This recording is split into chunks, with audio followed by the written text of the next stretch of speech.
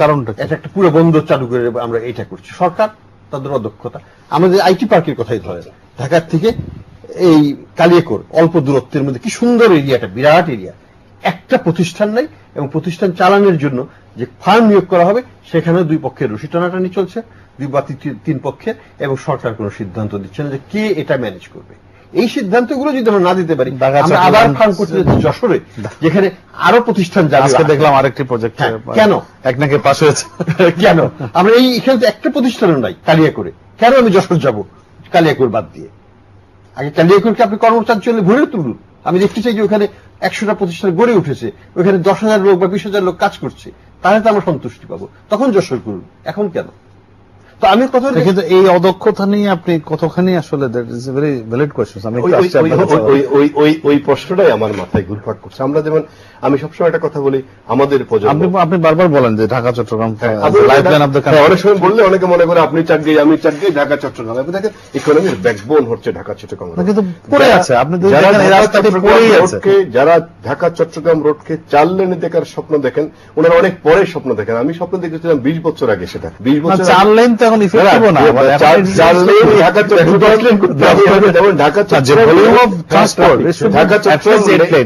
Dhaka Chittagong lane 4 lane হওয়ার কথা ছিল 20 বছর আগে। আর আপনি যদি আমাকে বলেন Dhaka Chittagong access control elevated express route যদি না হয়, বাংলাদেশকে আপনি মধ্য দেশে নিতে পারবেন। আমি ডাটা দিয়ে বলছি, বর্তমান বাংলাদেশের $70 বিলিয়ন এক্সটার্নাল ট্রেড হ্যান্ডেল করে, অর্থাৎ আমরা ইম্পোর্ট এবং এক্সপোর্ট মিলে মোর অর লেস $70 বিলিয়ন আমরা এক্সটার্নাল ট্রেড হ্যান্ডেল করি। তার 90% চট্টগ্রাম দিয়ে ইন এন্ড আউট হয়। গ্রোথ পয়েন্টটা কিন্তু ঢাকা কেন্দ্রিক। আপনি দেখেন, গ্রোথ পয়েন্ট থেকে চিটাগং যেতে হবে $70 বিলিয়ন, সেখানে 16 ঘন্টা লাগে। আমি গত 7 বছর ঢাকা চট্টগ্রাম গাড়ি চালিয়ে যাইনি। আপনি গেছেন কিনা আমি জানি না, আপনি গত সপ্তাহে গেছেন, সামহাউ ইউ ম্যানেজড, আমি যাইনি। ঈদের দিন ছিল, আমি সাহস করি। আমি 16 ঘন্টায় ঢাকা চট্টগ্রামকে যাওয়ার পথকে যতক্ষণ না পর্যন্ত আমি 3 ঘন্টায় রূপান্তরিত করতে না পারবো, ততক্ষণ অত বাংলাদেশকে আমি মধ্য দেশে নিয়ে যেতে পারবো না, একটা চ্যালেঞ্জ। তাই আমি মনে করি আমি আসলে এই জায়গায় যেতে চাচ্ছি। সেটির জন্য যে মানে বলতে ইনফ্রাস্ট্রাকচারের যে অভাব, সেটা কি কখন, এটা তো মনে হয় আমার কথা আগামী 10 বছর, বিগত 10 বছরে হয়নি, আগামী 10 বছরে হবে। মাননীয় যোগাযোগ মন্ত্রী অক্লান্ত পরিশ্রম করছেন, বলতে গেলে প্রতিদিন উনি ঢাকা চট্টগ্রাম রোডে পড়ে থাকছেন। This is not the way to develop Chittagong. এখানে দেখতে হবে যে টিম ওয়ার্কটা কারা করছে, কারা কাজটা পেয়েছে, তাদের যোগ্যতা কি, তাদের দক্ষতা কি, তাদের পিডিকে, সমস্যাটা কোথায়। না, চাইনিজ কোম্পানিকে কাজ দেওয়া হচ্ছে কিছু অংশ, তারা তো পালিয়ে চলে গেছে। তাদের ভাই যদি সারাদিন আরো বেশি কাজ দিচ্ছে, তাহলে সমস্যাটা হয়ে গেছে কি। আমি যে কথাটা বলার চেষ্টা করেছিলাম সেটা হচ্ছে যে স্বপ্ন দেখা অনেক সহজ, কিন্তু স্বপ্নকে বাস্তবে রূপদান করার জন্য যে ক্যারিশমার দরকার, সেই ক্যারিশমা সবাইকে নিয়ে আমাদের মধ্যে আছে কিনা। আমি মাননীয় প্রধানমন্ত্রী অনেক উদ্যোগকে দেখে অনেকটা আশান্বিত হই, আমি উৎসাহিত হই, দেশটার কিছু হবে। কিন্তু উনি যাদেরকে নিয়ে কাজ করার চেষ্টা করছেন, politically as well as with the bureaucracy, আমার কাছে মনে হয় এখানে দক্ষতার অনেক বড় অভাব আছে, এবং এই দক্ষতা দিয়ে সামনের দূরে এগিয়ে যাওয়া যাবে না। আপনি দেখেন, উন্নয়ন কাজের সাথে আমার ব্যক্তিগত সম্পৃক্ততা আছে। আমি অনেক সময় যখন সুযোগ পাই তখনই বলি, চট্টগ্রামের উন্নয়নকে বেঁধে রেখে যারা বাংলাদেশকে উন্নত বাংলাদেশ করার স্বপ্ন দেখছেন, তারা উন্নয়ন সম্পর্কে তাদের কোনো ধারণা নাই।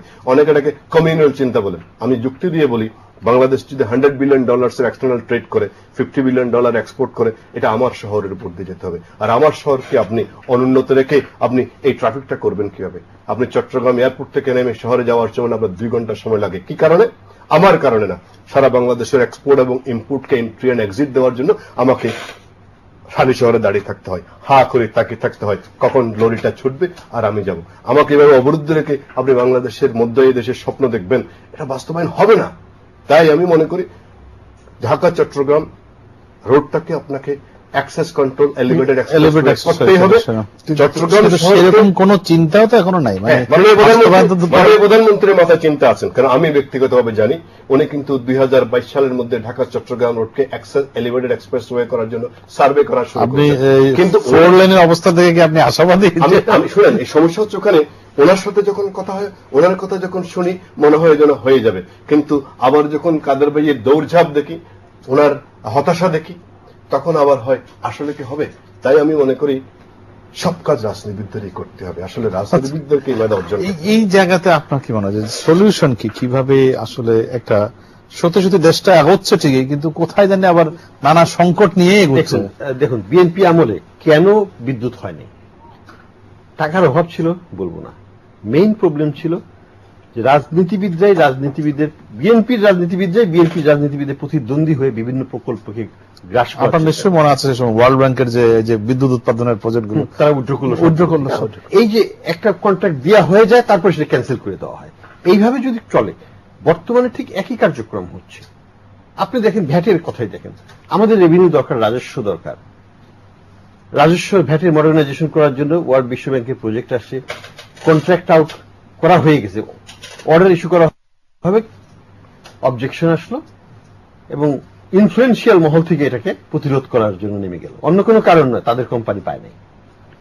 এই যে এক কোম্পানি পেলে আরেক কোম্পানি সাপোর্টাররা সেটাকে স্যাবোটাজ করছে, খুবই দুঃখজনক। এটা রাজনীতিবিদদের এই পারস্পরিক দ্বন্দ্বের কারণে এটা হচ্ছে। চিটাগাংয়ে যেটা হচ্ছে, যে কারণে নিউমোরিং পোর্টকে দেওয়া যাচ্ছে না, এগুলো কিন্তু সবকিছুর মূলে না, কি এটা কি প্রাইভেটে চলবে না গভর্নমেন্ট চালাবে, এই নিয়েই তো